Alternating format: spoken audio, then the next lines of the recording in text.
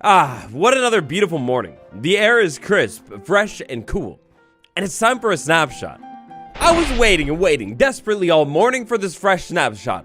When I heard the news that it had hit, well, I heard the news. One of my favorite things to do when there's a new snapshot is to just jump right into it. I crack into my snapshot world, I start messing with the things. My snapshot world? How could they? Not only is technically speaking there is no snapshot today, but important note, rest in peace to every world created in a cherry grove snapshot. They've removed the biome. Just kidding, not actually. Today's true tragedy is the snapshot sign you'll never get to see. Welcome to today's snapshot that is technically not a snapshot, and that's because Minecraft 1.90.4, the next Minecraft update, it's officially almost here. Here we have Minecraft Java 1.90.4 pre-release 1.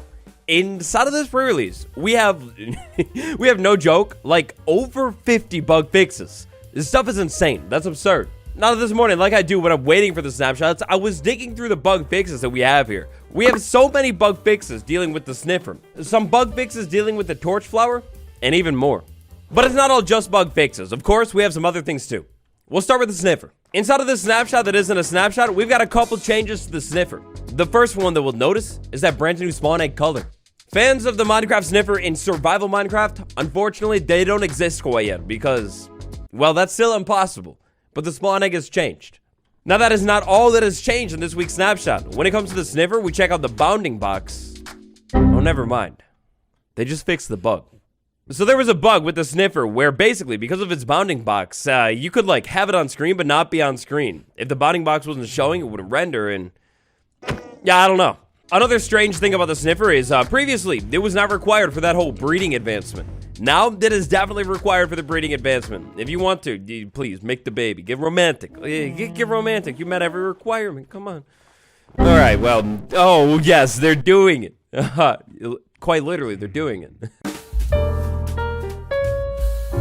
So you'll be able to get that advancement from the sniffer. And to get the advancement for breeding every mob, you have to breed the sniffer too. In the last snapshot, and in fact when I was recording the last snapshot video, I kind of got jump scared by the sniffer. The thing was insanely loud, making sounds like when it was way too far away from you. That's been fixed too. And then when it comes to the sniffer and digging up seeds, everything like that, that's just about it. We still have no clue at all what this Badgerman leak was.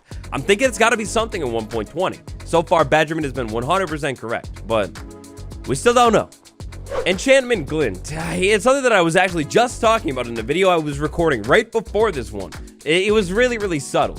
If we say look up the enchantment books, oh, it's beautiful, it's back. I can finally tell what is enchanted and what's not. For example, previously, if you looked up like golden apple, Trident 23W07A, you could barely tell which one was enchanted. Inside of accessibility settings, by default, your glint strength will be set to 75 though, which means when you open up your inventory and, I don't know, look up golden apple, it's gonna look a little bit more like that. Or if we look up enchanted books, it'll look a little bit more like that. But big point here is that it's way more visible now. Or, again, this is actually a great and beautiful change. I was messing around inside of the snapshot and I found that with this whole new armor hot swapping things and take into account the fact that enchantment glint wasn't showing, it was way easier to accidentally equip something with like binding on it. Look at this thing. The only good thing about this helmet right here is its name. So all of that is really beautiful, but maybe the most beautiful thing of all with this change is potions. Potions, enchantment glints, the shimmering shiny potion. It is no longer a thing. Look at this. So just to show you I haven't messed with any settings, we look at enchanted books right there. It's very enchanted looking. We look up potions and they have now completely removed enchantment glint from potions altogether. You still do have that subtle small animation in there, like in the potion water, I think. Oh no, maybe not. No, I'm wrong. Waddles, back at it again with the spreading misinformation. But anyways, check out the potions right here. For the first time ever, in literally every year of Minecraft's existence, you can actually use colors to tell the difference of potions now. Or at least like way more visibly so. This is not only going to make it easier to be able to look at a potion and tell what it is, but think about the decoration possibilities here. Putting potions and item frames in your builds, I mean, it's now going to add way more to it. When it comes to technical changes, we've got some technical changes inside of this snapshot, including a brand new damage type tag and a brand new entity type tag. Check it out. Exciting. We've also got a brand new execute subcommand for finding positions on top of a height map. Check it out. We do actually have a change to archaeology inside of the snapshot. So for this scenario, let's say I was fully bricked up, as in I have like a lot of bricks. What do you mean? No, it means that I have a lot of bricks. When I have the bricks in my inventory now, this recipe is revealed inside of the crafting table. Previously, this recipe wouldn't show up at all. Let's take that one step farther though. Hypothetically, let's say I did some sharding inside of the snapshot too. If I did the sharding, there would not be like a shard recipe inside of the crafting table. It's just for that brick pot right there, but of course it still like literally works. Also, interestingly and intriguingly, that pot is, I mean, you tell me if you see it. Also, interestingly and intriguingly, the break sound still seems to be missing, and this thing, I mean, not that they were ever going to remove it, but it is still here. Hopefully they can fix that Z fighting issue because it's a beautiful build trick. Back over to the main menu for this one. I mean, it's progress. They're definitely making progress here. It'll be interesting to see what happens in 1.19.4 if this just ships with the game. One thing that I will say about these new tabs up here is the black space. It feels like incomplete. So, a proposal. We continue reworking the screen, maybe tweak it a little bit more, and this black space, instead of just being blank, what if we take this menu and slap a gradient over it, like a blur, a Gaussian blur maybe, and then we have the menu like rotating in the background, we have the create a world screen on top of it. I don't know if that makes sense, but might look cool. Aside from that, down here, this looks a little bit different, of course. The world screen is world, and then more is, well, it's more. I still don't really fully get the point of having experiments here and then experiments here as well. That feels a little strange, but I mean, I don't know. I feel like it's definitely a step in the right direction, but I still do think it could be better.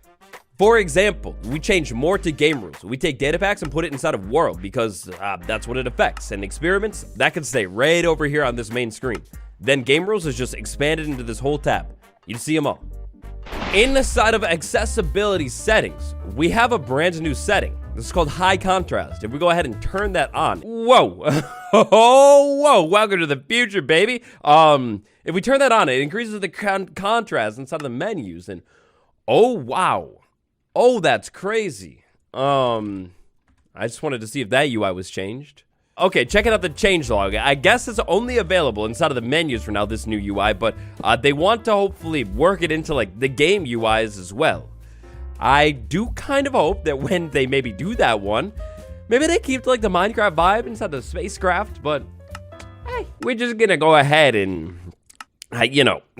just go ahead and put it back though. Yeah. All right, and that brings us to pretty much finally today, down in the comments, I need every one of you to give one RIP to the string pickaxe, the vital salute soldiers. Goodbye, string pickaxe, you are removed in the snapshot.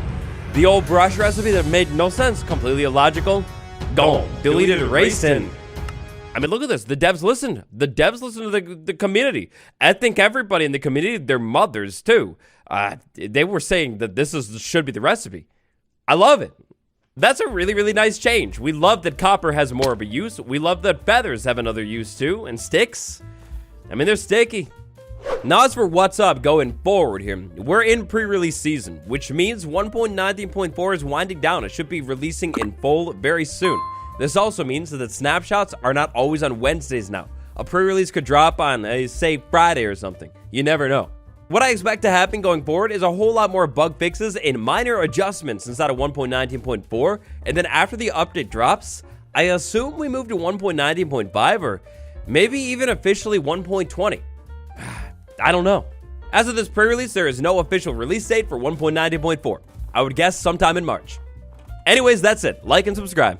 Side note, this is kind of a beautiful world. World spawn is right on top of that cliff. You got this giant ice spike biome right over there. It's beautiful. And this huge crater, too. It's pretty sweet. Anyways, that's all I got for you today. And check out the Everything series on the Beacon. Working on the next episode right now.